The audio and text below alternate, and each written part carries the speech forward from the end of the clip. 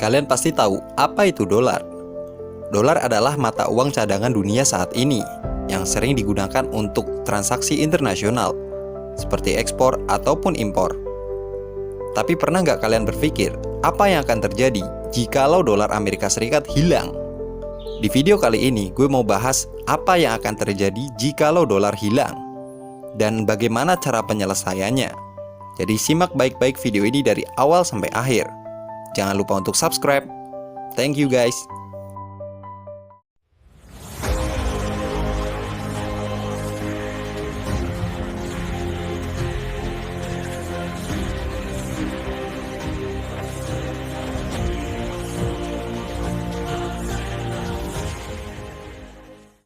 Dolar Amerika Serikat menjadi mata uang cadangan dunia melalui proses sejarah yang panjang dan dipengaruhi oleh berbagai faktor ekonomi, politik, dan militer. Sebelum Perang Dunia I, banyak negara menggunakan standar emas, di mana mata uang mereka dapat dikonversi menjadi sejumlah emas tertentu. Inggris dengan pound sterling adalah mata uang dominan, karena London adalah pusat keuangan global. Perang Dunia I menyebabkan banyak negara menangguhkan standar emas karena biaya perang yang tinggi. Setelah perang, beberapa negara mencoba kembali ke standar emas, tetapi depresi besar di tahun 1930-an membuatnya sulit dipertahankan. Setelah Perang Dunia Kedua, Amerika Serikat muncul sebagai kekuatan ekonomi terbesar di dunia, dengan perekonomian yang kuat dan cadangan emas terbesar. Program Lend-Lease selama Perang Dunia Kedua memperkuat hubungan ekonomi antara Amerika Serikat dan sekutunya, membuat dolar Amerika Serikat lebih diterima di luar negeri. Pada tahun 1944, konferensi Bretton Woods diadakan dengan tujuan untuk membangun sistem keuangan internasional yang stabil pasca perang. Perjanjian ini menetapkan dolar Amerika Serikat sebagai mata uang cadangan utama, dengan nilai tetap terhadap emas $35 per ons, sementara mata uang lainnya dipatok ke dolar.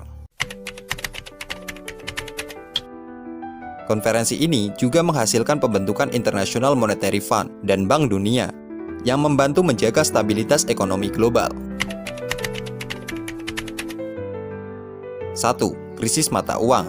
Pada 1960-an dan awal 1970-an, defisit perdagangan dan inflasi di Amerika Serikat menyebabkan tekanan terhadap sistem Bretton Woods.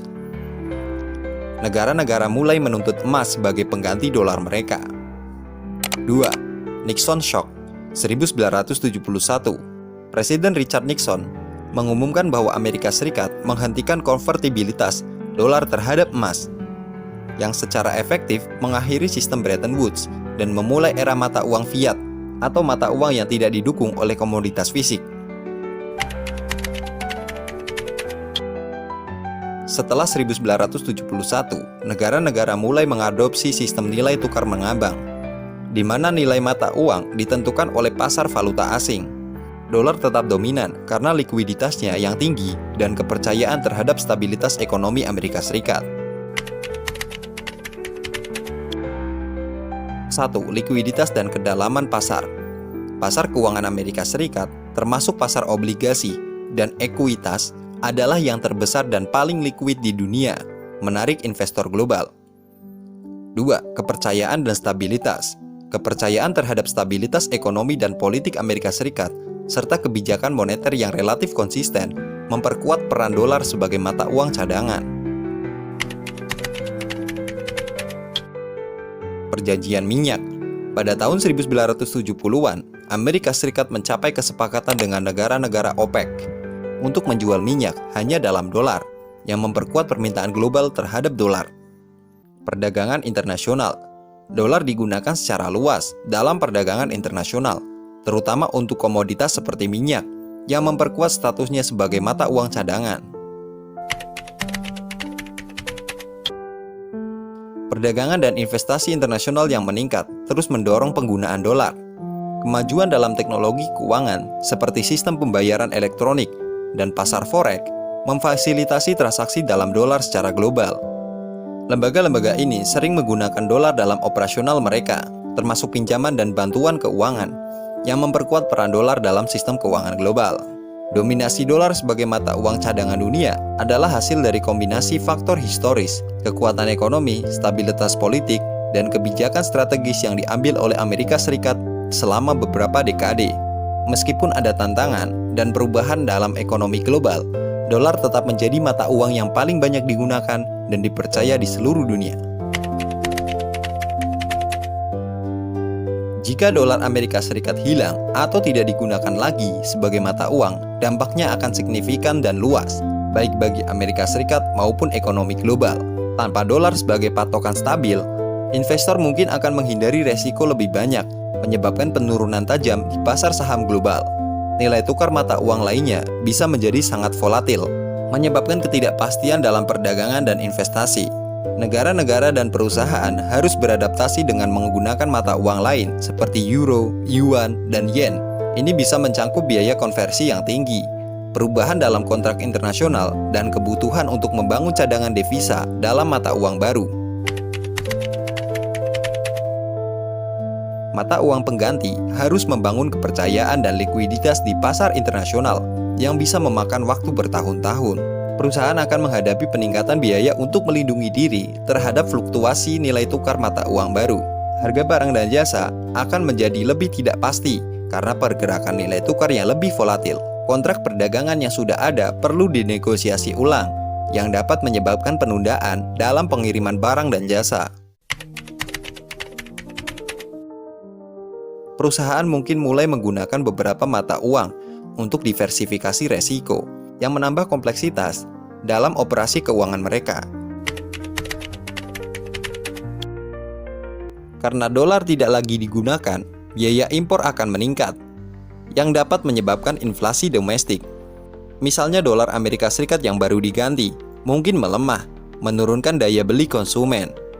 Untuk mengendalikan inflasi, Federal Reserve mungkin harus menaikkan suku bunga, yang akan meningkatkan biaya pinjaman dan memperlambat investasi dan konsumsi domestik. Sisi positifnya, pelemahan mata uang domestik dapat membuat produk ekspor Amerika lebih kompetitif di pasar global, yang dapat meningkatkan produksi dan pekerjaan di sektor ekspor. Negara yang memiliki cadangan devisa dalam dolar akan mengalami penurunan nilai cadangan mereka, yang bisa merusak stabilitas ekonomi dan fiskal. Negara-negara mungkin menghadapi krisis likuiditas jika mereka tidak dapat dengan cepat mengonversi cadangan dolar mereka menjadi mata uang lain. Negara akan mencoba untuk membeli aset lain seperti emas atau mata uang lainnya untuk mengamankan nilai cadangan mereka.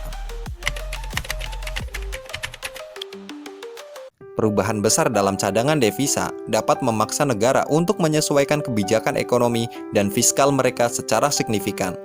Negara dan perusahaan yang memiliki hutang akan perlu menstrukturisasi utang mereka ke dalam mata uang lain, yang bisa menjadi proses panjang dan mahal. Beberapa negara dan perusahaan mungkin menghadapi resiko gagal bayar atau default jika mereka tidak dapat menyesuaikan diri dengan perubahan ini. Ketidakstabilan ekonomi dapat menyebabkan peningkatan pengangguran, yang bisa memicu ketidakpuasan sosial dan protes. Hilangnya dolar sebagai mata uang utama dunia bisa menggeser kekuatan ekonomi dan politik global, dengan negara seperti Tiongkok atau Uni Eropa mungkin mengambil peran yang lebih dominan. Negara mungkin mencari aliansi baru berdasarkan kepentingan ekonomi yang berubah, yang bisa mengubah peta geopolitik global. Peningkatan penggunaan cryptocurrency. Cryptocurrency mungkin diadopsi lebih luas sebagai alternatif mata uang global, meskipun ini menghadirkan tantangan dalam hal regulasi, stabilitas, dan keamanan. Infrastruktur baru untuk mendukung transaksi cryptocurrency akan diperlukan, termasuk sistem pembayaran dan perbankan yang baru. Secara keseluruhan, hilangnya dolar akan menjadi peristiwa besar yang mempengaruhi hampir setiap aspek ekonomi global. Transisi ini memerlukan penyesuaian besar-besaran di tingkat internasional, nasional, dan individu, dengan dampak yang dapat berlangsung selama bertahun-tahun atau bahkan dekade.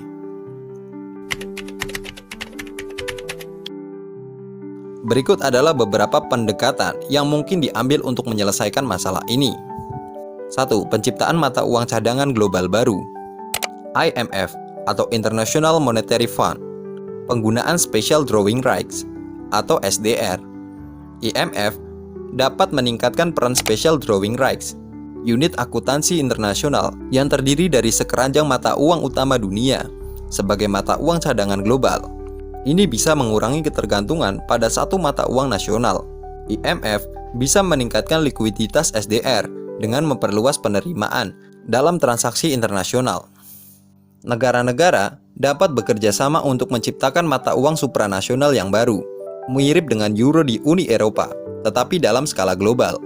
2. Diversifikasi mata uang cadangan. Negara-negara dapat mulai menggunakan sekeranjang mata uang yang terdiri dari euro, yuan Tiongkok, yen Jepang, pound sterling, dan lain-lain sebagai cadangan devisa. Negara-negara dapat meningkatkan penggunaan mata uang lokal mereka dalam perdagangan internasional untuk mengurangi ketergantungan pada satu mata uang cadangan. 3. Stabilitas dan kerjasama internasional. Negara-negara bisa membuat kesepakatan bilateral dan multilateral untuk mendukung stabilitas nilai tukar mata uang mereka, mirip dengan perjanjian Bretton Woods. Sebuah dana stabilitas global bisa dibentuk untuk memberikan dukungan finansial kepada negara-negara yang mengalami krisis mata uang akibat hilangnya dolar. 4. Regulasi dan kebijakan moneter. Negara-negara perlu mengadopsi kebijakan moneter yang kredibel dan transparan untuk membangun kepercayaan terhadap mata uang mereka sendiri. 2. Kerjasama bank sentral. Bank sentral dari beberapa negara dapat bekerja sama lebih erat untuk menjaga stabilitas moneter dan mencegah volatilitas nilai tukar yang berlebihan. 5. Peningkatan penggunaan teknologi keuangan. Adopsi cryptocurrency dan mata uang digital. 1. Mata uang digital bank sentral atau CBDC. Negara-negara dapat mengembangkan dan memperkenalkan mata uang digital sentral atau CBDC yang bisa digunakan dalam transaksi internasional. 2. Regulasi cryptocurrency. Regulasi yang lebih baik terhadap cryptocurrency dapat meningkatkan kepercayaan dan stabilitas penggunaannya sebagai alternatif mata uang cadangan. 6. Peran lembaga keuangan internasional, IMF dan Bank Dunia. Lembaga-lembaga ini dapat memainkan peran yang lebih besar dalam mengkoordinasikan kebijakan ekonomi global dan memberikan dukungan keuangan kepada negara-negara yang terkena dampak. 2. Bantuan teknis dan pendidikan. IMF dan Bank Dunia dapat menyediakan bantuan teknis dan pendidikan kepada negara-negara tentang bagaimana mengelola transisi ke sistem keuangan yang baru. 7. Penyesuaian struktur ekonomi global. 1. Transparansi dan akuntabilitas. Reformasi sistem keuangan global untuk meningkatkan transparansi dan akuntabilitas sehingga mengurangi resiko ketidakstabilan. 2. Peningkatan peran ekonomi berkembang. Memberikan peran yang lebih besar kepada negara-negara berkembang dalam pengambilan keputusan ekonomi global untuk mencerminkan perubahan dinamika ekonomi global. Penyelesaian masalah hilangnya dolar sebagai mata uang utama dunia akan membutuhkan upaya terkoordinasi dari negara-negara dan lembaga-lembaga internasional. Langkah-langkah tersebut mencakup penciptaan mata uang cadangan global baru, diversifikasi mata uang cadangan, kerjasama internasional yang lebih erat, penerapan teknologi keuangan, serta informasi sistem keuangan global. Keberhasilan upaya ini akan bergantung pada kemampuan negara-negara untuk bekerja sama dan beradaptasi dengan perubahan dalam ekonomi global. Terima kasih buat kalian sudah menonton dari awal sampai akhir. Jikalau kalian merasa konten ini bermanfaat, silakan klik tombol subscribe, like, share, dan komen juga jikalau ada pertanyaan atau topik lain yang ingin kalian bahas. Sampai jumpa untuk konten-konten selanjutnya. Bye-bye guys.